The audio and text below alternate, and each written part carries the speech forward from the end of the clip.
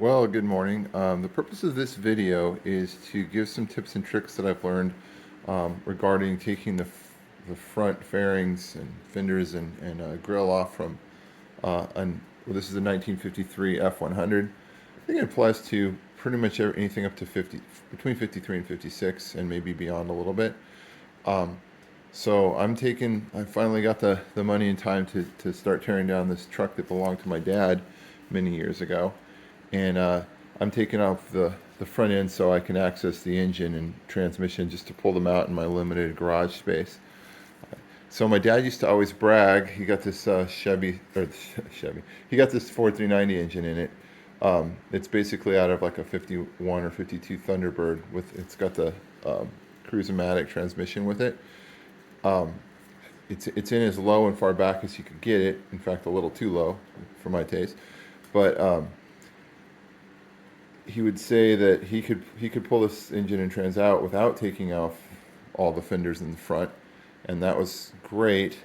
But when I went to do it myself, A, I had more limited space, and B, um, I just had the time and kind of wanted to go through and clean things up anyway.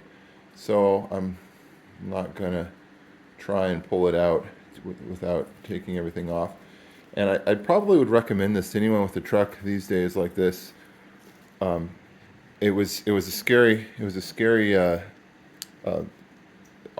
thing to take on initially, but I've only been working on this for about a day, and I've already got this far, and it's actually not too bad. And you can kind of get in and just clean up little things and put it back together, and it's definitely DIY. So, so I say go for it. Okay, so basically, you'll of course want to start with the outer fender. If you're going to take it off, there's as you probably know, there's two rods that come to strengthen the front end. I'd probably just take those off first. They don't seem to be holding anything together. It's too substantial. I mean, they're great when they're in place, but just take those off first. And then probably start on the outside fender. It bolts to well, it bolts to the cab in 1, 2, 3, 4, 5, 6 places. Actually, only 5 because this one here is only for the inner fender. So 5 bolts. Oh well, but also 6 because if you have running boards, it's going to bolt into the running board there.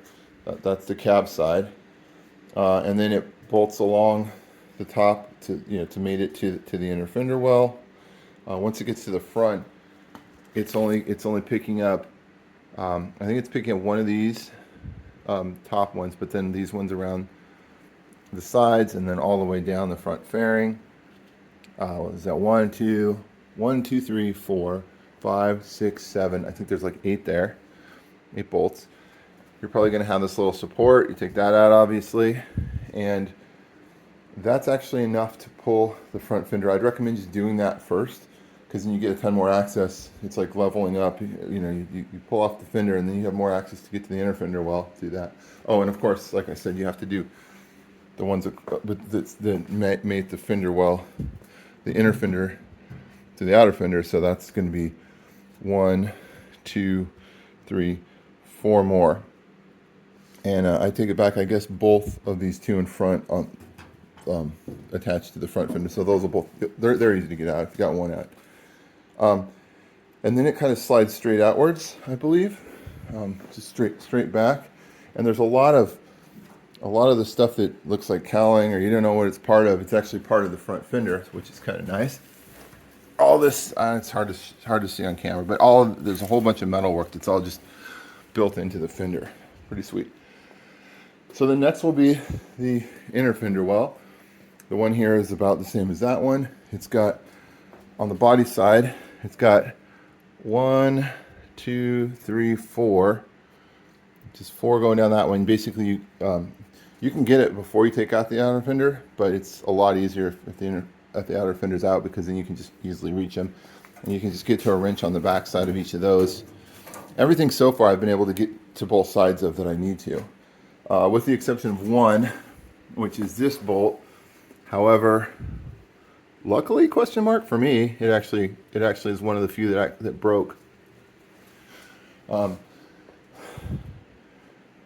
something else I'd like to mention, I'm taking this all apart because I just want to have it stripped down. I can wire brush it and, you know, get the whole chassis as clean as I can before it goes back together. But if you're just pulling the engine and you have limited height, which I actually don't really have limited, I have a good amount of height, but I don't have any space in front. I can't really roll out in the street because of homeowners. So I'm going to be pulling my engine out the side. A lot of people, most people, smart people, they lift it up and then they basically either roll the hoist back because they have space, or they back the vehicle away.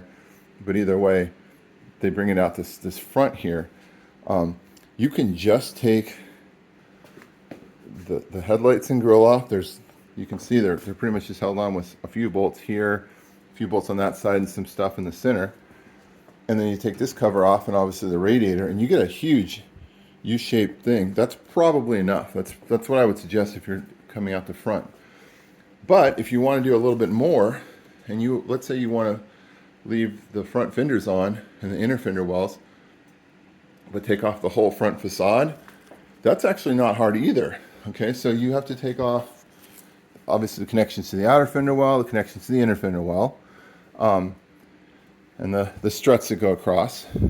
And then there's two big bolts right in the center that this big U-shaped frame almost thing holds onto. You just take those out from below. In my case, they broke, but there's an easy fix for that. I think you can just drill it and use bolts that go all the way through.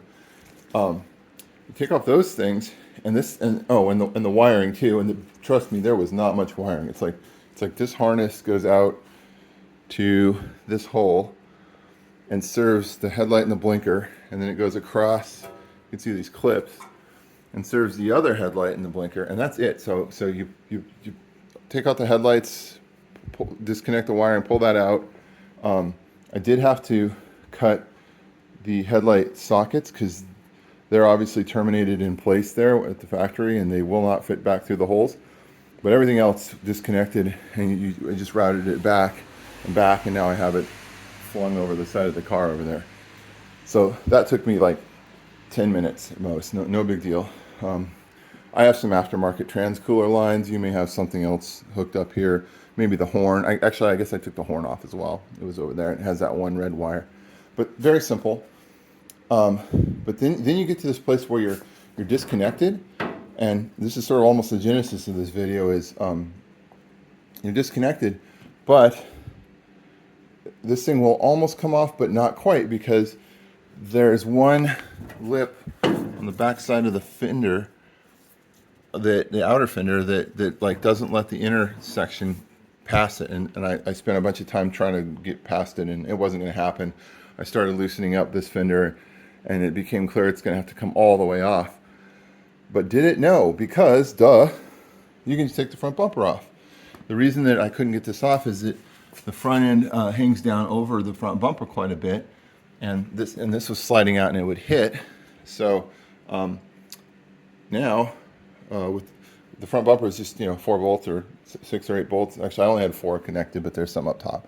Anyway, you can get the front bumper off, and then I believe this is going to slide out this way and drop down. And that's something you could do whether or not you took anything else off the front of the car, and you could sort of have the whole front off. Maybe you take it apart to detail it, or you just want extra clearance when you're pulling your engine straight out the front, whatever. So I'm actually going to see if I can do this now.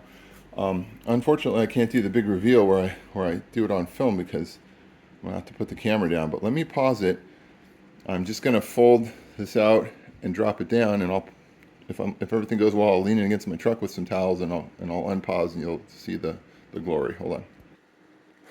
Okay, it's like 11 seconds later, and I was very easily. This is pretty heavy. I don't want to brag, but I'm kind of strong, so I was able to lift it down myself. But if you're worried about it, definitely have a second person help you out.